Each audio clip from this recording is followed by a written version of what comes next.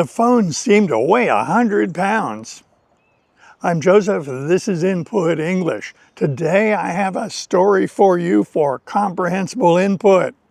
Remember that stories are among the best ways for someone to acquire a language. We don't want to study grammar. We don't want to try to memorize words. Those are the modes of failure of traditional language learning methods. We want stories. Our brain evolved to capture stories. Our brain naturally recognizes patterns and tries to predict the future. Our brain is easily captivated by a story. And of course, when you understand a story, you absorb the language. Whatever the language is, you'll absorb it if you can understand the story. So today we are going to join David et al.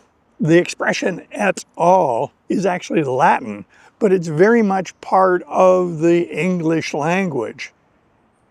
Et al. Means and the others, and everybody. So if you have a group of people and you name one of them, like David, and say David et al., the person you're talking to will understand that it is a group of people and that David is one of them. So we're going to join David actually in the car driving to work on Monday. This was the day that should have been his day off. He just said goodbye to Audrey, and Chris is driving him to work. David had not introduced Chris to Audrey. His mind was occupied by other things. Chris, in order to be polite, did wave at Audrey through the windshield. She briefly waved back, acknowledging that he had waved to her. They never spoke, and David did not introduce them. David is still recovering from the fact that he was counting on having the day off, and this promise of the day off was not kept. He was asked to work. There's also something else on David's mind. He is still thinking about that suggestion that he talked to Dr. Ferguson about maybe selecting a different career. When David got into the car, Chris asked how his weekend was. David said, well, the weekend was fine, but losing my day off took a little getting used to. Chris commiserated. He said, yeah, that's a bummer. When they got to work, they went in to the newspaper and found Pete. Pete immediately thanked David for coming to work. He said, you know, I felt bad taking that day off away from you. I don't like to do that. You two guys are hard workers, and I think you should be rewarded. But I need this help, and I really appreciate it. David said, don't mention it, Pete. It's okay. But then immediately David said, oh, Pete, I'm going to need to make a couple of phone calls today. I would have done them on my day off, but I need to make a couple of phone calls. Would that be okay with you? Pete said, sure, that's the least I can do. Do what you have to do. The boys got to work promptly. They were finishing up some demolition. Plus, Pete had taught them how to patch the holes in the floor in anticipation of the floor contractor getting there next week. They also needed to sweep the entire room that they'd been working on. This was a multi-step process. They needed to sweep up all the debris and get rid of that. They swept again to get the dirt, and then they used a sweeping compound to gather the dust. They would use the sweeping compound on Friday in anticipation of the arrival of the flooring contractor first thing Monday morning. Periodically, David checked his phone to check the time. There were no clocks in this large room they were renovating. He had decided to call Dr. Ferguson's office at 9 o'clock in the morning. When 9 o'clock came, he was in the middle of a task And so he thought to himself that he would call in a few minutes when there was a logical time to take a break. 45 minutes later, he realized that he had not found that logical time for a break, and he had not called Dr. Ferguson's office. He reached for the phone, but hesitated. It was as if the phone weighed 100 pounds. His mind was racing about what he would say, how he would ask for this appointment, how he would justify using up Dr. Ferguson's valuable time. He figured that the office staff would be very protective of Dr. Ferguson's time. They might not be very interested in offering him an appointment to just talk. Another half hour passed.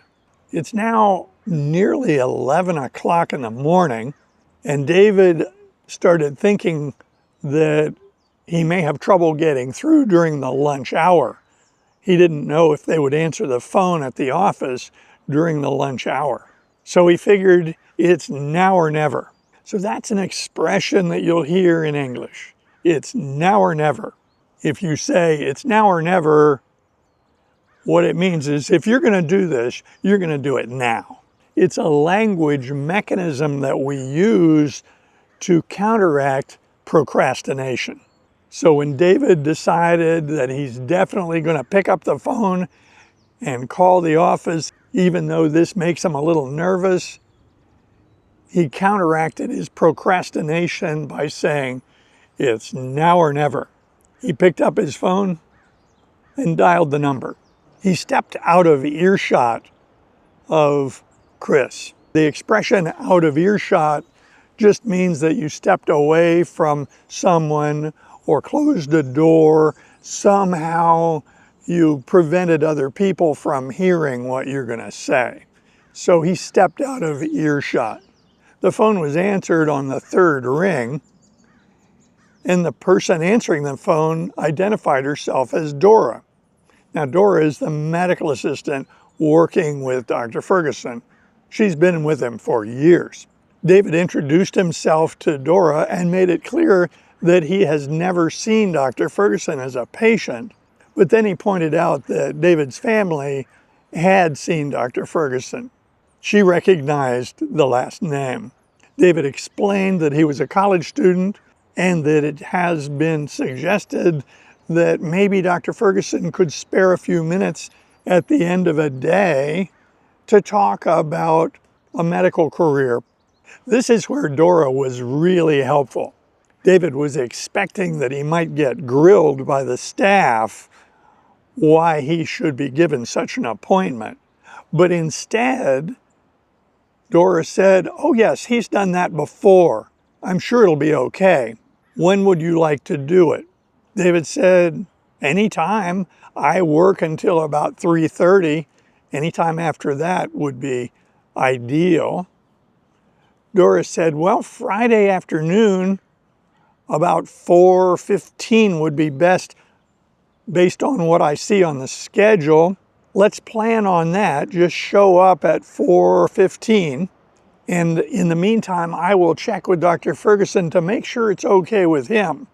If there's a problem, I will call you back. Is this a good number? Now, Dora was referring to the caller ID that she had on her console. She could see his phone number, and so she actually knew what it was. David assented. That is, David said, yes, that's a good phone number for me.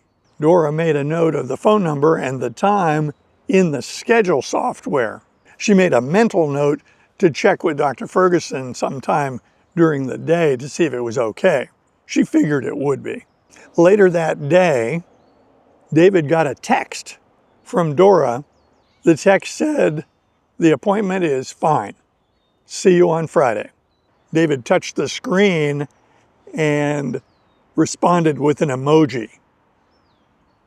He sent the message back, thumbs up. When Friday rolled around, David got home in plenty of time to change his clothes and borrow his mom's car to go to Dr. Ferguson's office. He had told her what he was going to do, and she was thrilled, but she didn't say much. She kept her response subdued. She didn't want to appear to be manipulating him. She just said, "Oh, that's great." David arrived at Dr. Ferguson's office at 4:13. He was 2 minutes early. He was thrilled that he wasn't late. David hates to be late.